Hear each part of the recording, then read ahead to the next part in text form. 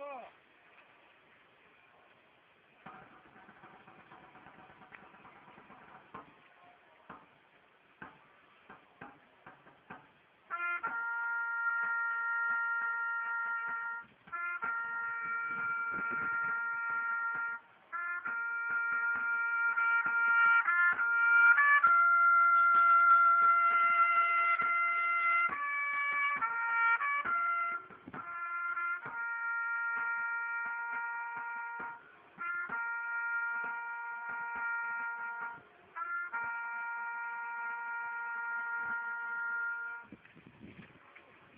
Environ une minute de silence.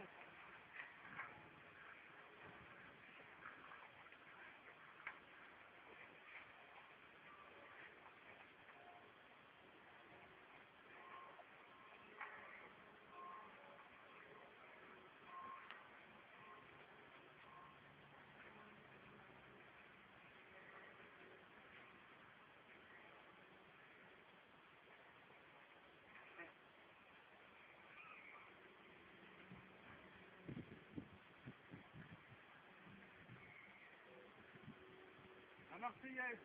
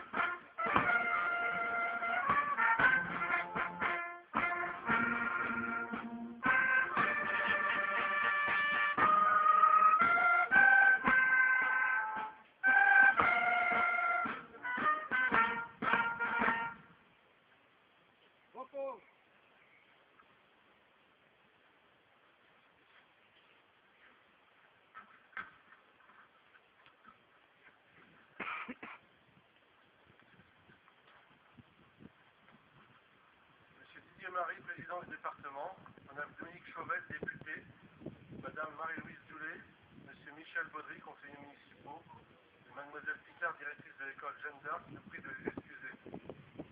Monsieur Bruno Thune, conseiller général, cher Bruno, Mesdames et Messieurs les élus, chers collègues, Monsieur le Président des bassins versants, Commandant Bunel, Lieutenant Canan, commandant du centre de secours, Mademoiselles, Messieurs les sapeurs-pompiers, Messieurs les jeunes sapeurs-pompiers, et Mademoiselles, on oublie tout le temps, Adjudant des Gardins, commandant de brigade, Mesdames et Messieurs les représentants de la gendarmerie, Monsieur le représentant de la police rurale, Madame Sylvie Desbeuf, animatrice du conseil municipal des enfants, Mesdemoiselles et Messieurs du conseil municipal des enfants, Messieurs les présidents d'associations d'anciens combattants, Mesdames et Messieurs les présidents d'associations, Messieurs les porte-drapeaux, Messieurs les anciens combattants, Monsieur Michel Bayeul, président de l'Union musicale, Madame Annie Lacour, chère Canicaise, chère Canicaise. Aujourd'hui, il y a des films, des musées, des livres, pour nous souvenir de cette période, de cette date, le 8 mai 1945. Bien sûr, il y a les témoignages, mais au fil du temps, ils s'effacent. Et puis, il y a cette commémoration chaque année.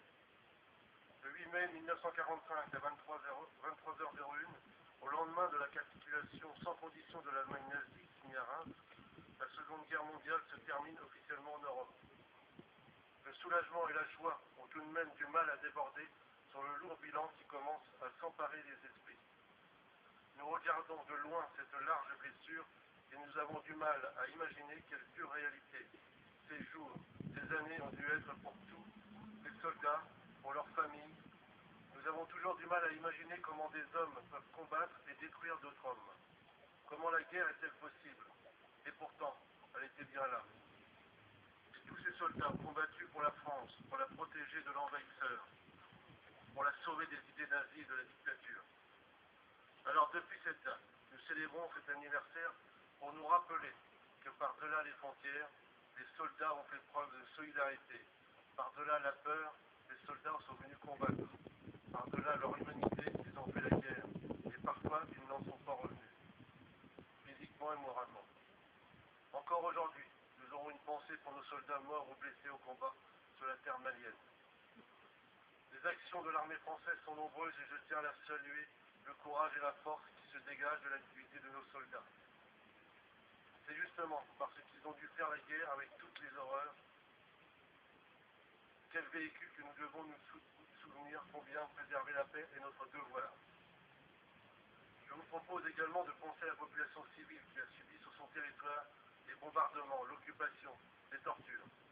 Cette mémoire que les générations précédentes nous ont transmise est une richesse qu'il nous revient de porter et même de transporter. Nous devons la porter auprès de nos enfants et des générations futures, pour notre pays, pour que notre nation ne revive jamais en son sein de telles horreurs. La menace est partout, et elle nous rappelle sans cesse que notre plus grande force est la vigilance pour préserver une paix durable et respectueuse de chaque peuple.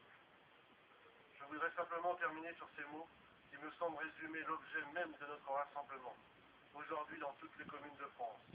N'oublions pas que la paix est fragile et que notre devoir est d'en faire notre priorité. Maintenant, je vais vous faire part du message de M. Kader Arif, ministre délégué auprès du ministre de la Défense, chargé des anciens combattants. Nous célébrons aujourd'hui le 68e anniversaire de la victoire des Alliés, le 8 mai 1945, sur l'Allemagne nazie. Ainsi s'achevait une tragédie qui, pour la France, avait commencé 5 ans plus tôt par la défaite de son armée, se poursuivant par une avilisante occupation dont les conséquences sont désormais bien connues de tous. Collaboration, humiliation, déportation, extermination. Pourtant, dès juin 1940, certains refusèrent l'inacceptable.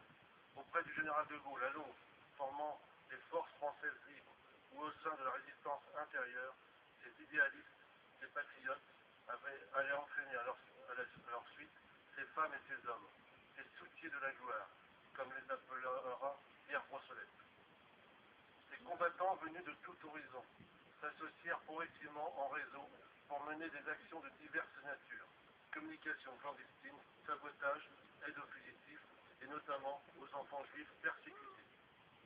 Unificateur de cette résistance, Jean Moulin créa le Comité national de la résistance dont il présida la première réunion le 27 mai 1943. Il y aura 70 ans dans quelques jours. Parallèlement, la formation de maquis constitue un échelon supplémentaire dans la lutte contre l'ennemi, contribuant à la réussite des débarquements et à la libération du territoire national. Dès l'automne 1943, la libération de la Corse fut l'œuvre conjointe des résistants de l'île et des soldats de l'armée d'Afrique. De quelle abnégation ont-ils fait preuve, tous ces combattants de l'armée des ombres, célébrés en 1943 par Joseph Kessel, pour que la liberté triomphe enfin. Jamais la France n'a fait guerre plus haute et plus belle que celle des caves, où s'impriment des journaux libres, des terrains nocturnes et des cryptes secrètes où elle reçoit ses amis libres et d'où partent ses enfants libres. Des cellules de tortue au magret, les tenailles, les épingles rougies, au fer et les os broyés, les Français meurent en hommes libres. Vous pouvez m'excuser parce que j'ai les gouttes qui commencent à marquer le papier. Unis par un même idéal, leur courage et leur volonté furent plus forts que tout. En cette année 2013, à travers l'année de la résistance, c'est à eux que la nation se rend hommage. À toutes ces femmes, tous ces hommes, dont le sacrifice librement consenti permis à la France de siéger à la table des vainqueurs le 8 mai 1945 et à l'Europe de se reconstruire. Moins de 20 ans plus tard, le traité de l'Élysée signé par le général de Gaulle et le chancelier Adenauer allait ouvrir la voie à une amitié franco-allemande profonde et durable dont nous célébrons le 50e anniversaire cette année. Elle est l'un des ciments de la paix en Europe. Notre devoir est d'entrer aujourd'hui comme hier pour le maintien de cet héritage de paix légué par les combattants de la Seconde Guerre mondiale. Je tiens à remercier particulièrement les parents qui commémorent